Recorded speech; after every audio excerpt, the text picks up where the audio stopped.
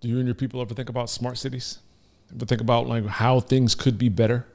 It's a funny juxtaposition because there's like the way that we can eventually do things, but the inherent resistance to doing things in a futuristic way.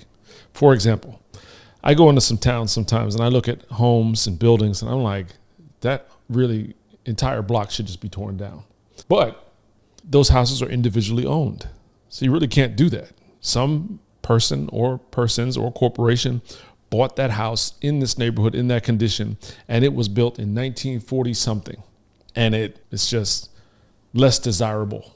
Now you could go in and rehab it and things, but it's still always going to be this place unless you knock it down and redo a thing. So that private ownership piece is definitely a resistance to change. Conversely, in the same town, or let's say a town, I used to live in Cary, North Carolina. Cary's incredible. I would move back to Cary if more of my friends moved to Cary.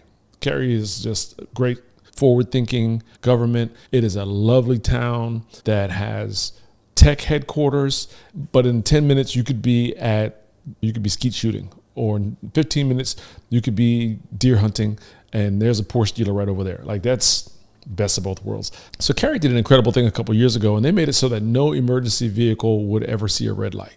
It will move traffic. Knowing where the emergency is, knowing the route that it'll take, it says, look, we can get ahead of the whole thing. We can start moving cars and clearing the way so that more lives are saved, more emergencies are attended to quicker. And they've come up with like an 18% reduction in time to emergency response because of smart city technology. And this is like the surface layer of smart city stuff. That's awesome. Then you have companies like 3M that are developing materials so that we can have smart cities, meaning like, what do roads do for us currently? Right now, roads support vehicles and protect the underground piping and things like that. But what if it could conduct information? What if it could do things as simple as thawing itself? Or what if it could report repairs when repairs are necessary? You know, what if it could charge your EV? It's a whole other conversation, but you know, it's very cool. The future is calling, right? We are spending a lot of money and a lot of time and a lot of brain power developing new and next. But the resistance to new and next is existing investment, especially in a capitalist country. But big capitalism versus small capitalism, you know, eminent domain does exist. If the greater good mandates that something that impacts a smaller investor needs to get out of the way for the greater good, it'll be made to be out of the way. But that kind of arc and that kind of change arc makes you think about your own time in a specific geography, your own time on the planet. I have similar conversations with friends and family about school systems. Zip codes are super important in America. You know, the right zip code versus the wrong zip code could mean divergent outcomes for your family down the line because of resources, because of AP classes, because of the smartness of the smart city, about the investment in town.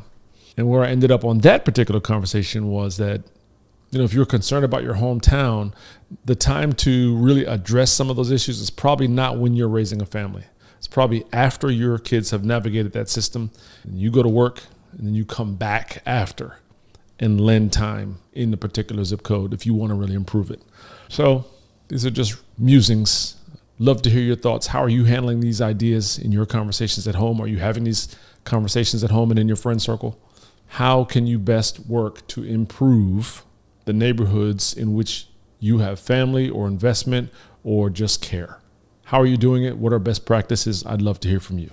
Talk to you. And like and subscribe to the Black Futurist podcast. Thank you so much.